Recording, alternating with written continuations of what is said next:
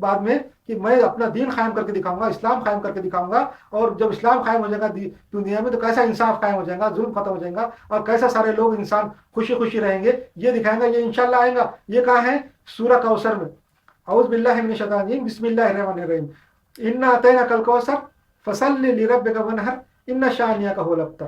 یہ 3 آیتیں میں نے جیسا بتایا کہ قرآن جو ہے تینوں زبانوں کے لیے ہے، پاسٹ کے لیے بھی ہے، پریزنٹ کے لیے بھی ہے، اور فیوچر کے لیے بھی ہے۔ قرآن کا یہ چیلنج ہے، قرآن کی ہر آیت اس میں تین استعمال رہتے، پاسٹ کے لیے بھی استعمال تھا، پریزنٹ میں بھی استعمال ہے، اور فیوچر میں بھی استعمال ہے انشاءاللہ۔ سورہ کوثر کیسا ہے؟ سورہ کوثر کب نازل ہوئی؟ سورہ کوثر غم کے ٹائم پہ نازل ہوئی۔ حضور صلی اللہ علیہ وسلم کا جو لڑکا تھا، آخری لڑکا تھا، حضرت ابراہیم رضی اللہ تعالیٰ جو تھے، ان کا انتقال ہو گیا 2 سال کی عمر میں، 2 سال کے چھوٹے بچے تھے۔ حضرت ابراہیم کا جب انتقال ہو گیا تو کفار مشرکین نے حضور کو بہت تانے دیے کہ حضور بے اولاد ہو گئے، اور حضور کو بہت زیادہ غم ہوا، حضور کی آنکھوں میں سے آنسو جاری ہو گئے، حضور پہ غم تھا۔ تو حضور کا غم دور کرنے کے لیے اللہ تعالیٰ نے یہ آیت نازل کی، اور اللہ تعالیٰ نے کہا کہ انا اعطیناک الکوثر، ہم نے تم کو کوثر دیا۔ اب کوثر کیا ہے؟ کوثر کے بارے میں مختلف جو ہمارے مفسرین ہیں ان کے بارے میں بتا دیا میں نے کہ کیا کیا تھا پچھلے چیپٹروں میں، کہ کوثر بولے تو